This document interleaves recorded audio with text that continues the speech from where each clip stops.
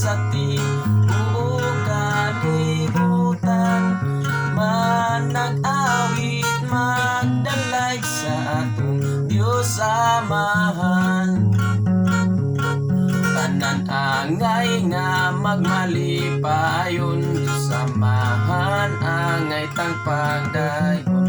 Manag-awit kita, managsingit kita, ug moingon hosana. Panagdait sa katawhan sa tibuok kalibutan.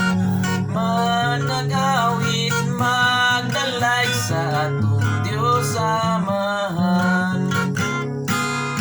Tanang katawhan managambahan sa pagsimba sa Diyos nga gamhanan. Uban sa iyang tanang mga balaan, magdalay sa iyang ngalan. Panagdait sa katawhan sa tibuok kalibutan.